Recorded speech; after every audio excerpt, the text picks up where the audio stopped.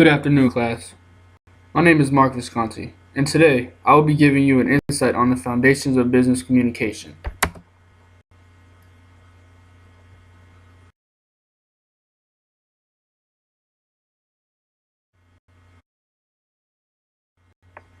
Defining business communication.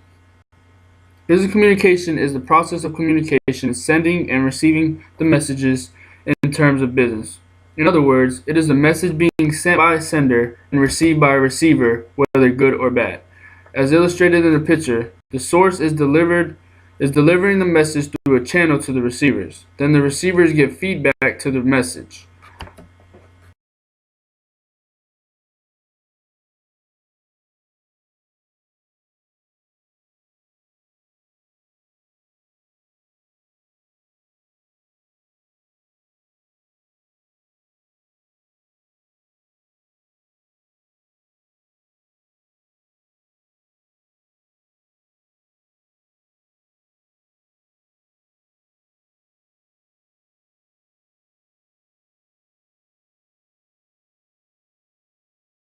Goals of business communication. This relies solely on the sender to communicate these goals correctly. First, we have receiver understanding. This has to be so clear that the receiver understands it the way it was supposed to. Second, we have receiver response. The receiver conveys the message as words or actions, whether the message is positive, neutral, or negative. Favorable relationship. This focuses on the people involved, being able to relate to one another. And lastly, we have organizational goodwill, which simply means taking care of your customers and your consumers.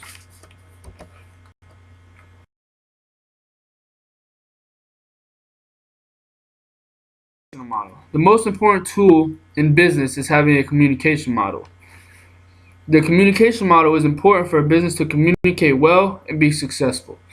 The communication need is the first part in the model. This is the process of communication either from the sender's mind or from the organizational situation. Next in the model is the sender.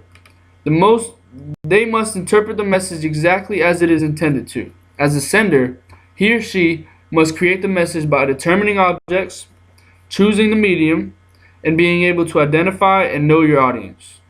The message, which is the most important part of the model because this will make or break on what is trying to be delivered.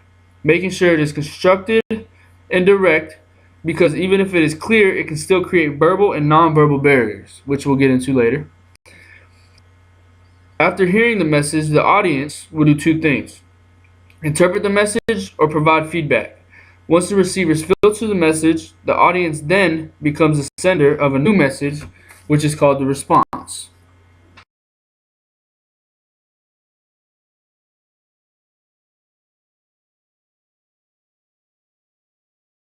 Of the communication model, which is just outline everything that I just said. The communication need, then it goes to the sender, then it goes to the message, then the message goes to the audience, and the audience goes to the response, and it's a big cycle just going round and round.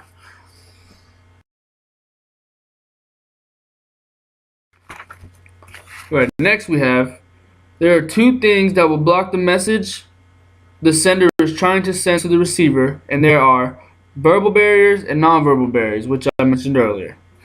Verbal barriers, they relate to what we say or write. Some verbal barriers include the lack of knowledge or vocabulary. For this particular area, knowing what to say before you say it and have some sort of knowledge about the topic you're presenting. Next is the miscommunication errors. Then communication difficulties arise because of languages. Lastly, inappropriate expressions like slang, technical terminology, and inappropriate or offensive words or phrases.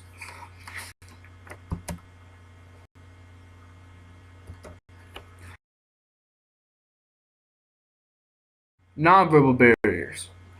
Nonverbal barriers are how we act.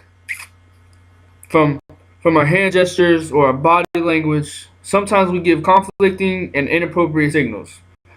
We deliver different perceptions because each individual is different. That's just how we were created. If we show too much emotion before or during our presentation, it can hinder our communication dramatically. And finally, which is the most common in my opinion, is distractions. I could witness that for myself firsthand. Whether it's a text message going off or a baby crying in the back, this is the number one cause of losing your audience's attention. Thank you.